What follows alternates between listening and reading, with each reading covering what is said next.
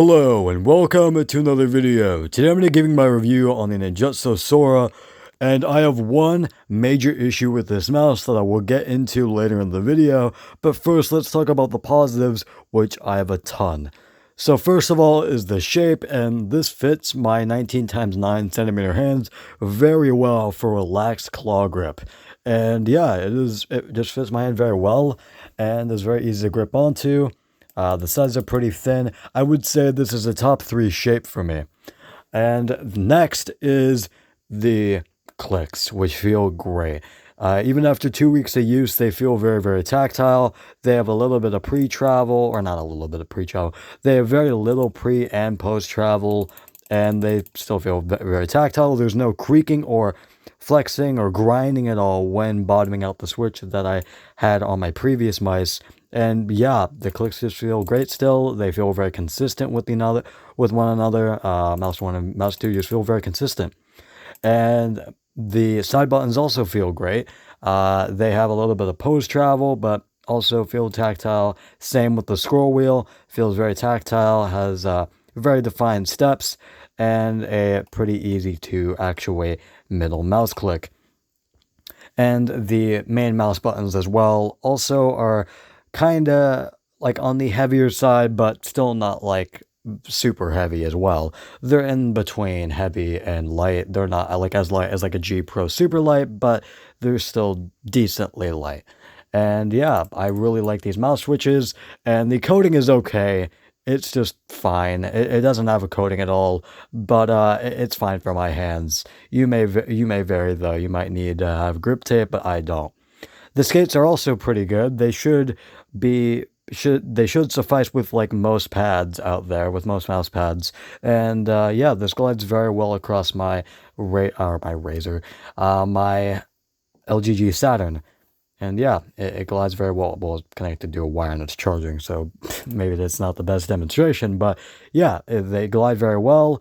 And also, this cable in the box also is pretty good. Although I wish the cable was, or I wish the opening, whatever you call it, for the cable was a little bit like wider, so you can just fit like any USB-C cable in this, because the only one that works that I can actually charge this with is the one that came in the box. So yeah, that kind of stinks.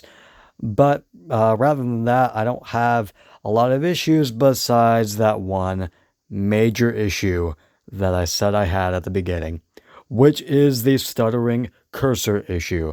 And for those who don't know what that is, it's basically when your cursor basically goes ballistic. When you're in game, sometimes, when I'm in game sometimes, it will randomly start jittering back and forth, and I can't move the mouse at all. It's kind of like what happens when you get those cheap mice with those very cheap sensors, and then you like try to really fling it across your mouse pad. It will start like freaking out. That's kind of what happens with this mouse, but it randomly does it, and for only 1 second, which is strange. But I think it's like a QC issue that has to do with the connection to the dongle. And I contacted Ninjutso support about this, and I asked them, and they said I should try plugging the dongle extender into the USB 2.0 port on my motherboard to supposedly have less interference. That didn't fix the issue at all. So yeah, I still have this, and primarily in CSGO, which really sucks because I really need to move my mouse a lot in that game. And yeah, it's very annoying and distracting. But yeah, it's a major issue, and is actually one of the reasons why I might be returning the mouse. I know I said this was going to be an end game, but that's a huge deal breaker for me, and is a huge performance hit to this mouse. But besides that, I performed pretty good with this mouse when it wasn't stuttering a whole lot. And yeah, like it was pretty easy to perform with. The weight is very easy to, it's very light, so it's very easy to fling around. And also the build quality itself is also very good. There's like no flexing at all. There's no creaking at all. When I really put pressure down, even when I even put a bunch of pressure down, there's still no flexing at all. So I don't have any issues with this mouse, besides that one huge issue that is, again, the reason why I might be returning the mouse, and is extremely annoying and is very jarring and noticeable in game.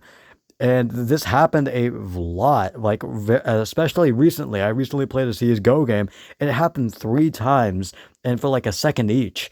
And thank God I wasn't like fighting an enemy at that time. But still, if I was, then I probably would have just died. So yeah, that really sucks, and is a huge deal breaker for me. So yeah, that's basically it. That's my review. I don't have any other things to really say, and I have a bunch of positive things to say, but that one huge issue is the reason is it completely like kind of ruins the house for me, and it sucks. Because as I said, this was going to be an end game. This was going to be it because the shape fit my hand very well, and there's perceivably no QC issues. But then, of course, it had to have one. And also, other people have stated that they've had this issue as well, so it's not only me. And I also tried updating the firmware already. I tried doing a bunch of stuff, and that didn't fix it. But yeah, that's basically it. And I'll see you guys later. Goodbye.